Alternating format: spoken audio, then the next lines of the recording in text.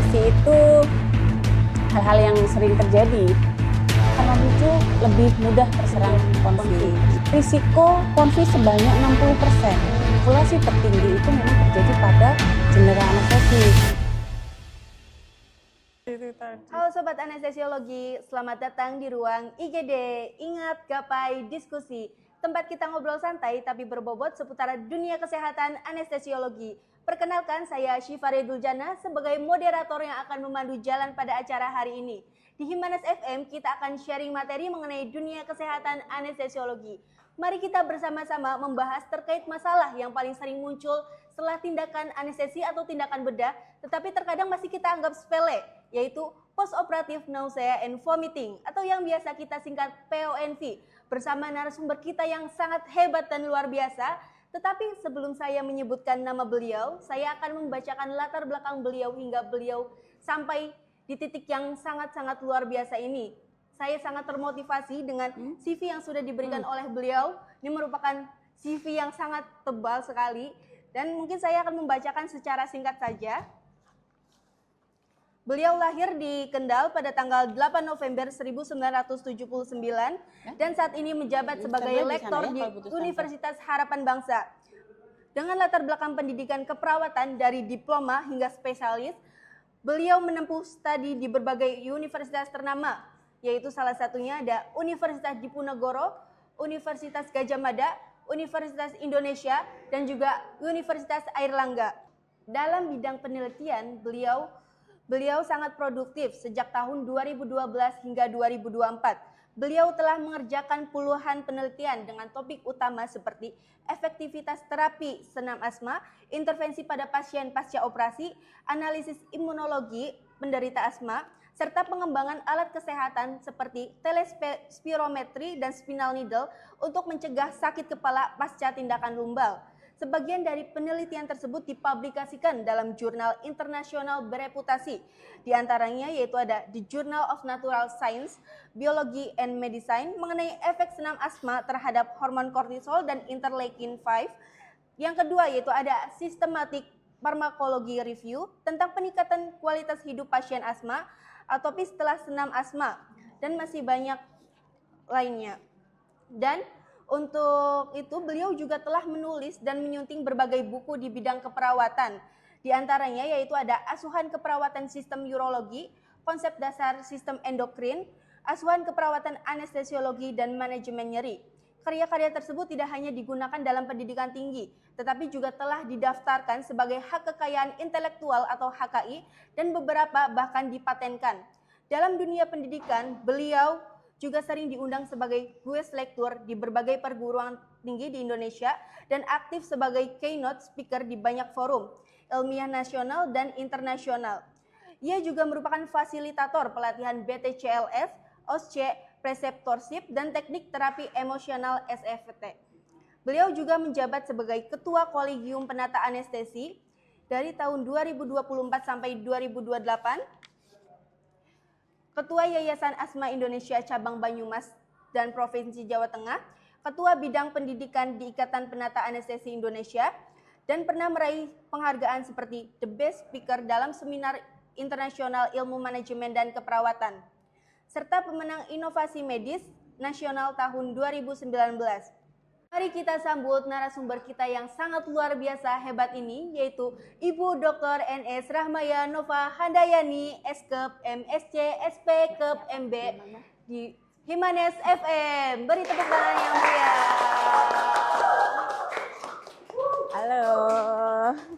Selamat sore, Bu. Selamat sore. Bagaimana kabarnya hari ini? Alhamdulillah luar biasa. Alhamdulillah, Ibu cantik sekali hari ini. Apalagi Mbak Siva lebih cantik. Aduh, Ibu saja. Hari ini Ibu sehat? Oh, alhamdulillah luar biasa sekali. Ini maaf ya, jadi tadi agak sedikit terlambat karena nguji OSCE dari pagi sampai sore, jadi harus menunggu ya tadi Tidak beberapa apa-apa, lama. Bu, tidak apa-apa. Oke, Kan tetap semangat. Ibu Nova sendiri sibuk, saya juga sangat Sibuk sih memaklumi. enggak sibuk. Enggak sibuk, menyibukkan diri. Menyibukkan daripada diri. melamun. Oke. Untuk itu, ketika tadi pagi Ibu Nova mengirimkan CV juga, Syifa pas lihat CV-nya, Masya Allah ini tebalnya. Oh enggak, Ya ampun. belum semuanya ini Wah, masih dari. aduh. Nggak, maksudnya nggak, bukan sombong Iya, ya, maksudnya ini masih yang lama, belum nggak Masih sempat belum ngedit, diperbarui belum ya, sempat Bu. ngedit. Lagi kalau nggak mungkin juga kayaknya dibacain semua ya. Iya. Mungkin itu akan berlangsung selama 1 jam lebih. Oh lebih, Ya, 1 hari dibacakan kali ya. semua. Iya Bu. Apalagi kalau mau CV dari perjalanan saya kecil ya.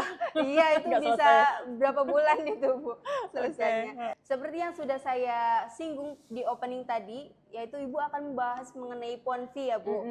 Baik, dan untuk itu apakah Ibu bisa menjelaskan sedikit apa itu PONVI? Ya, PONVI itu kan memang sering kita, katanya indah ya. Ini katanya indah kayak Katanya, sebuah iya. nama ya. Tapi tidak seindah dengan apa yang terjadi ya. Tidak seindah yang terjadi. Sehingga nanti jangan diberikan Berarti kalau punya anak namanya PONVI. Ya jadi Tapi memang namanya memang bagus Bu. iya PONVI. bagus ya makanya. Jadi PONVI ini ya post operative nausea and vomiting ya. Jadi mual muntah pasca pembedahan dan anestesi. Ya memang kalau di dunia anestesi itu hal-hal yang sering terjadi itu adalah salah satunya adalah PONVI ya. Selain hipotensi di mana itu merupakan suatu hal juga yang sangat sering terjadi, tapi PONVI itu adalah sebuah hal yang memang dirasa oleh pasien pos operasi ya tentunya atau pasca anestesi yang sangat mengganggu tentunya. Nah, kebanyakan sih kita itu kadang kurang memperhatikan bagaimana kenyamanan pasien. Padahal bahwa mual muntah pasca anestesi itu merupakan suatu hal yang dapat mengganggu kenyamanan. Itu sih. Berarti secara singkat itu PONV kejadian setelah tindakan anestesi atau tindakan bedah ya Bu? Jadi post operative nausea and vomiting ya atau kita kenal dengan PONVI itu memang dia kejadian di mana mual muntah itu pasca 24 jam pertama biasanya. Tapi memang ada referensi yang mengatakan 48 jam pertama. Tapi seringnya itu terjadi insidennya di 24 jam pertama pasca tindakan pembedahan dan anestesi. Oh, baik. Gitu. Jadi itu terjadi di ruang pemulihan saat enggak juga. Jadi pada pasien-pasien yang mungkin regional juga ya, itu juga kalau regional kan kita ketahui pasti mungkin pasiennya masih tersadar ya. Itu sering juga kejadian, jadi masih dilakukan tindakan pembedahan gitu, dia mual-mual sampai bahkan muntah gitu. Nah itu mungkin yang mengganggu pasien ya, dan tentunya juga akan berlanjut ke ruang pasca tentunya ya, sehingga memang diperlukan sebuah caring ya dari penata anestesi gitu, atau dari tim anestesi dan tim medis kesehatan lain gitu. Baik Bu, berarti tidak hanya terjadi saat pasca, tapi saat tindakan pembedahan juga bisa berlangsung PONV ya Bu? Iya. Oh, baik. Untuk PONV ini sendiri ini seberapa umum bisa terjadi pada pasien pasca operasi Bu? Dan siapa yang paling berisiko? Apakah untuk lansia atau remaja atau dewasa? Ya, jadi kalau untuk insiden itu memang PONV ini 20-30% ya insidennya terjadi. Cuman dia akan terjadi 80% pada populasi dengan risiko tinggi. Nah, kalau kita bicara tentang risiko tinggi itu ada banyak ya. Jadi salah satunya adalah dari faktor pembedahan itu sendiri. Atau yang paling utama adalah dari faktor anestesi. Kita ketahui memang tadi sudah disampaikan bahwa untuk insiden PONV itu sendiri lebih kecenderungan terjadi pada yang general anestesi. Sehingga obat-obat general anestesi seperti misalnya N2O, volatil, ya yang semacam-macam itulah yang dipakai untuk general anestesi itu akan lebih memicu terjadinya PONV.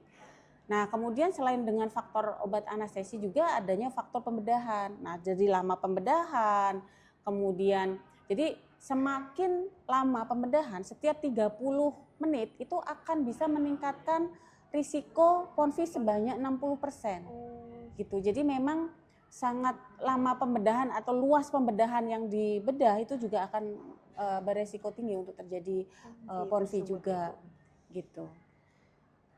Kalau untuk jenis kelamin sih lebih ke arah perempuan ya. Oh, lebih ke arah ke perempuan ya, karena memang ada beberapa faktor memang dari faktor pasien itu sendiri ya. Salah satunya memang dari jenis kelamin. Jenis kelamin ini perempuan itu dia lebih beresiko memang. Kenapa? Karena memang ada faktor-faktor atau hormon-hormon yang ada di dalam perempuan seperti hormon estrogen yang itu akan memicu lebih mudah terserang PONV tersebut. Iya.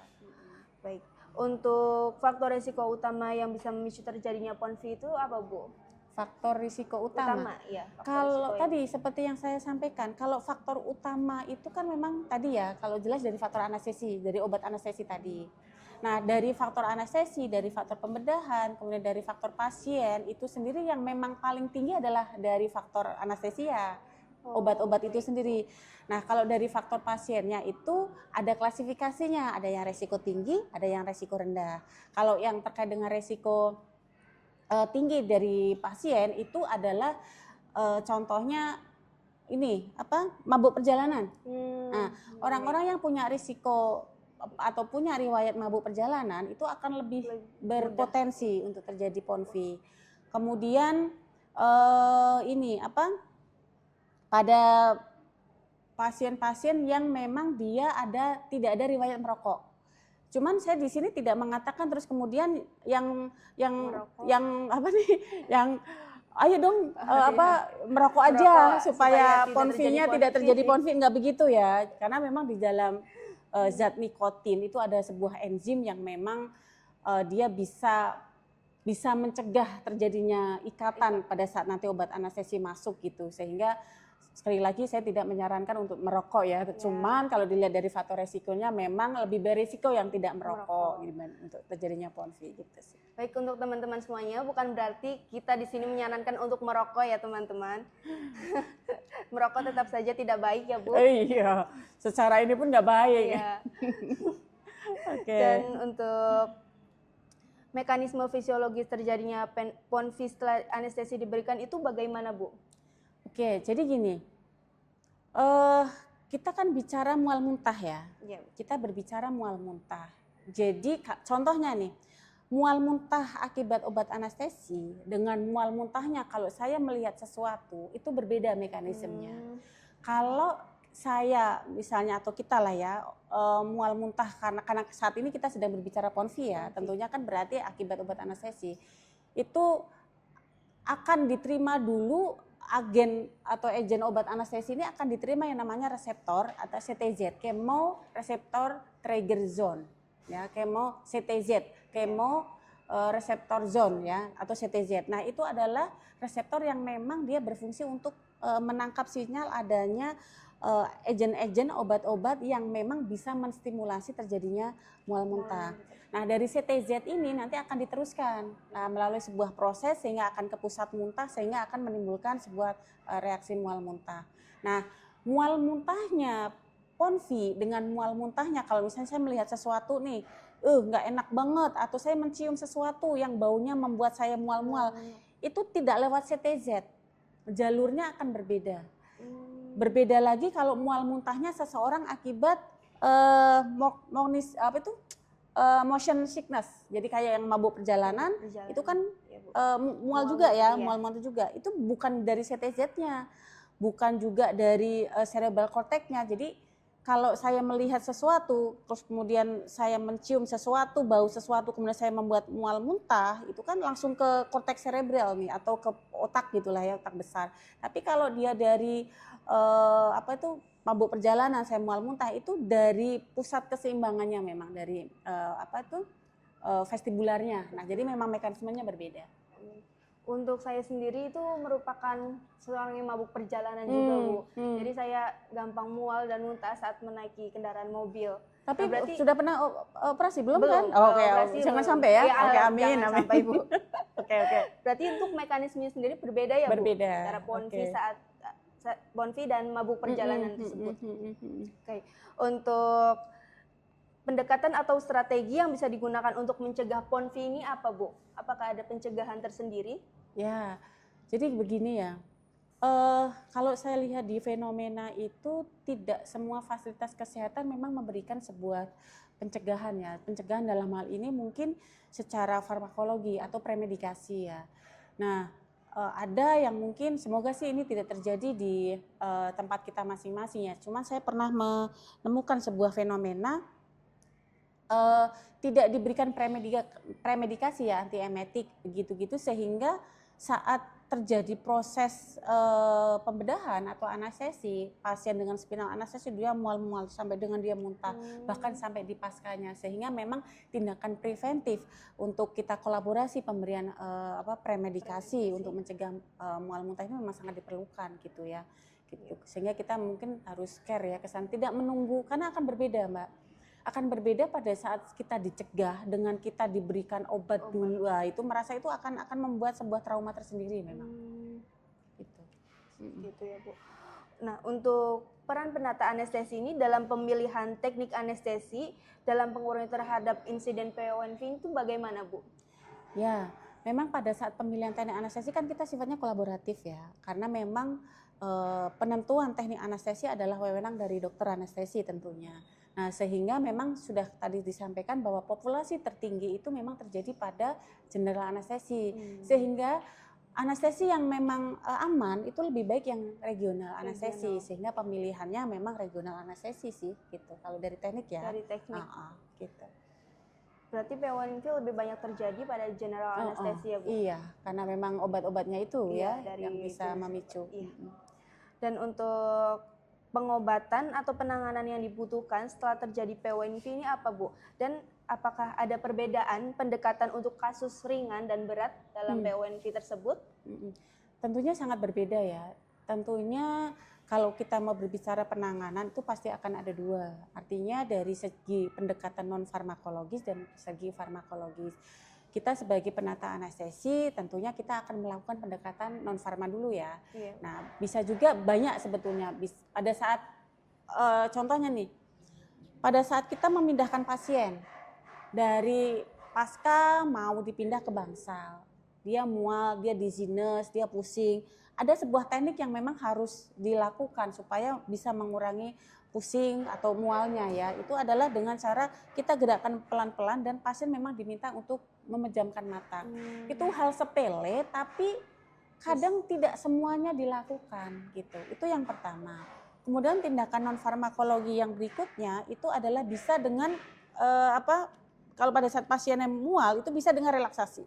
Dia berlatih untuk relaksasi karena memang mual ini kan perasaan sebuah sensasi yang sangat tidak nyaman ya, apalagi kalau sampai muntah itu berarti ada dorongan dari di dalam perut ya atau di dalam abdomen itu dia lebih tinggi sehingga mendesak rongga abdomen, diafragma sehingga keluar gitu, sehingga memang harus dilatih untuk bisa dia merilekskan otot-ototnya gitu.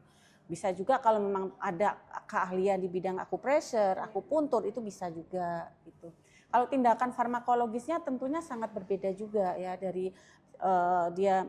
Jadi ada sebuah skor yang memang untuk bisa menilai nanti dia akan terjadi PONV nggak sih. Nah, salah satu peran dari penata anestesi itu harus paling tidak bisa mengidentifikasi ini faktor resiko akan terjadi faktor resiko PONV ringan, sedang atau berat nih. Nah, gitu. Nanti dari hasil itu akan ketahuan. Nah, kalau dari pendekatan farmakologis memang ada ya sendiri, misalnya yang ringan, mungkin dokter akan memberikan antara Dexa dengan tambahan apa gitu. Nanti akan berbeda dengan yang pendekatan sedang sampai berat gitu. Baik, berarti untuk penanganannya sendiri berbeda ya Bu, berbeda. Yang ringan, sedang dan berat. Iya. Tapi untuk yang ringan berarti bisa menggunakan teknik non farmakologis. Betul. Nah, jadi bangga ya terhadap profesi mandiri ya, tidak melulu apa-apa kolaborasi lagi ya gitu ya. Jadi bisa ditangani secara mandiri. Karena memang banyak riset yang mengatakan bahwa non farma ini memang sangat bisa mengurangi dosis ataupun jumlah atau volume yang dari obat. Gitu berarti memang berpengaruh besar sangat, juga ya Bu? Iya, dan ini dokter anestesi sudah banyak yang melirik terkait dengan bagaimana non farma ini gitu, sehingga memang kasihan kita lebih ini ya patient center care ya, artinya kita berpusat pada pasien, sebisa mungkin dosisnya dikurangi gitu. Apalagi terkait dengan opioid kayak gitu-gitu ya, kalau kita ini kan kasihan pasiennya karena terlalu banyak hal-hal efek samping yang akan terjadi gitu sih. Berarti memang bagusnya untuk yang kasus ringan ini diberikan teknik non farmakologi terlebih dahulu ya Bu, jangan langsung kolaborasi atau pemberian obat. Baik. Dan untuk Ibu sendiri, apakah ada pesan yang mau disampaikan kepada mahasiswa kesehatan terkait manajemen PONVI ini? Mungkin pesan saya secara menyeluruh saja ya.